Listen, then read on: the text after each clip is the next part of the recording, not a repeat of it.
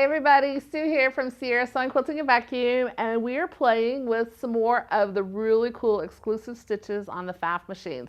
Today we're playing on the Pfaff Performance Icon, and we are going to look at what we're calling stacking stitches.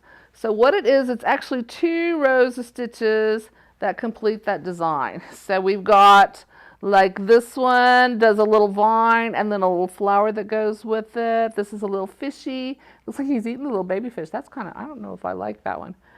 This is a little mushroom in the grass. So you can see the fun that you can have with some of those. So let's look here on our machine. So I'm going to go into my selection menu. And again, this is in menu number 8, which is the techniques. And I am going to choose 8.4, which are the stacking stitches. Now, if you look at it, they're kind of in pairs. So this has a box around these 2, which means these are designed to work together. So 1 and 2 are meant to work together, 3 and 4, and so on. So I love this little kitty cat. So we're going to go down here to stitch 13, and then we'll come back with stitch 14 behind that. So when I load stitch 13, you can see the cute little kitty cat, and he looks like he's kind of playing with some string there. I want to show you too, if I forget how to do this, I can always go up into my little help center. I'm going to go into the techniques and tutorials category in the sewing techniques, and then again under the exclusive stitch techniques. And I've got a whole little video that's going to talk about the stacking stitches. So this will kind of give me an overview of what stacking stitches are. I think I pushed the wrong button because that is a lace edge stitch. Let's try that again. The stacking stitches. There we go. So there's my stacking stitches. This will give me a list of the materials that you need to complete that little project, and then a video that will actually demonstrate how you do that. So anyway, I won't take the time to play that for you today, but just, it's always helpful to have that there just as a reminder. So let's go back in and grab that stitch again. Find my kitty cat. All right.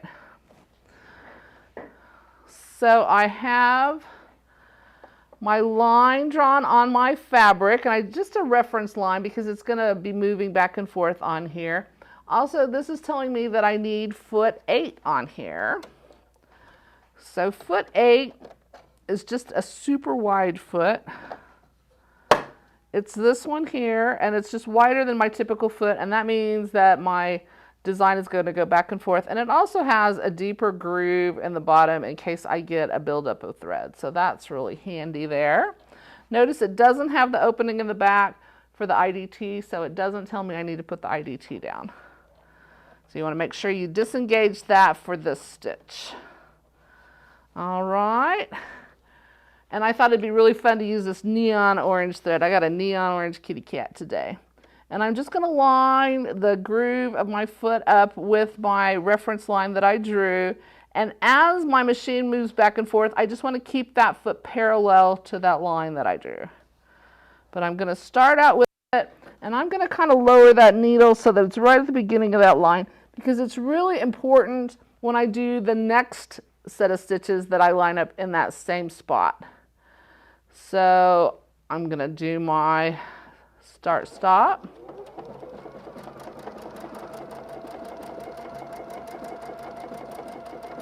And see how it's kind of moving my fabric to the left and to the right? I just want to make sure that it stays parallel. Stop that.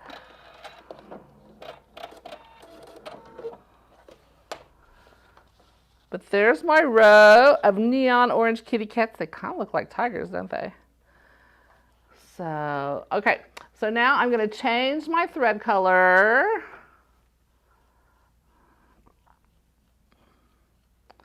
And let's do this neon yellow for the ball of yarn.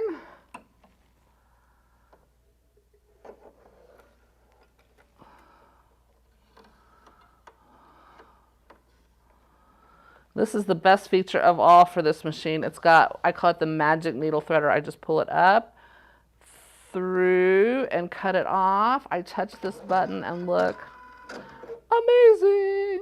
All right. Okay, so we've got our kitty cats all stitched out here. So I'm going to go into my menu. And I'm going to do number 14 is its pair. So this is the little ball of yarn that the kitty's playing with. And I want to lower my needle. I want that to go exactly in the spot where the kitty cat row started. So I'm just going to lower my needle till I can see that that's in the perfect spot, and that looks pretty good. And I'm just going to do my start stop button.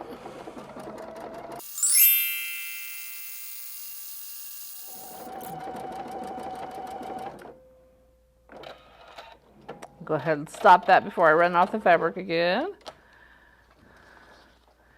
And you can see that kitty has had a really good time with that yarn. He might just be in trouble when somebody comes home. But anyway, that's kind of how the stacking stitches go together. So again, I just think that is a really fun technique with the pairs of stitching. Just another opportunity for you to have fun with your machine. So anyway, thanks so much, and we'll see you next time.